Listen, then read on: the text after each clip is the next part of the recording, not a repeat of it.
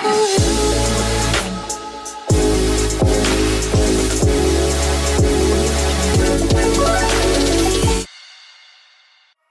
guys, today I'm gonna tell you 6 secrets about Dermaroller that you might didn't know. So guys, let's start with the secret number 1.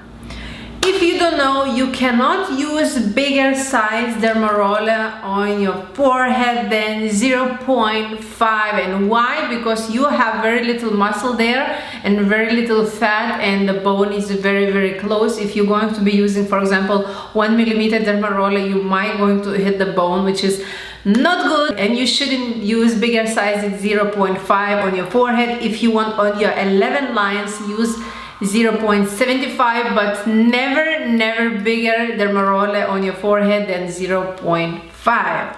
Secret number 2, you can use the same Dermaroller for your face and for your scalp. If you guys don't know that you can use the same Dermaroller for your scalp to increase your hair growth, this is amazing scientifically proven way and cheap way to grow your hair.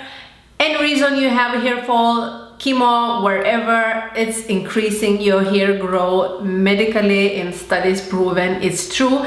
You just have to have a clean scalp, not oily hair. Demerol disinfect really well your Dermaroller before and after using, and you completely use the same Dermaroller for your face and for your scalp.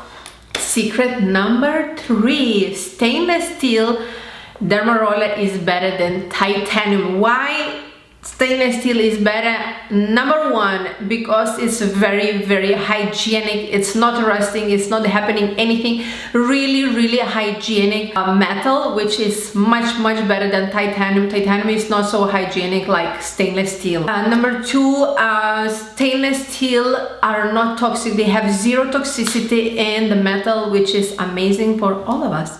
The most important why stainless steel is better, because I sell medical grade Dermaroller, medical stainless steel. They are extremely sharp. There is always like scalpels for surgery, acupuncture needles, tattoo needles. They all are made of stainless steels because of the sharpness. And you guys know, if you have really sharp Dermaroller, you're gonna get the best possible results as you can. Secret number 4, if you are using Dermaroller and you disinfecting Dermarollers, you know that you shouldn't soak your Dermaroller in the glass like this. This is ginger tea. And there's a hair inside. More nutrients for me. If you don't know why you shouldn't soak your Dermaroller, I'm gonna link down below video. I'm gonna post it right here on the top. Also, I made the video about disinfecting your Dermaroller. Go to that video and check out, because I explained in that video in details how to do it and why you shouldn't soak your Dermaroller in the glass like this. You just spray it, or you just pour alcohol above the sink, and that's it. It's also about sharpness. Secret number 5, change your Dermaroller every 10 times, and if it's possible, more often, because Dermarollers lose its sharpness every single time you use. Me personally, I change like every 6-7 times, but you can do it 10 to 15 times, depends on the length, how long are you doing your treatment. If you're doing your treatment really long, for 10-15 minutes, consider that this is good for 10 uses.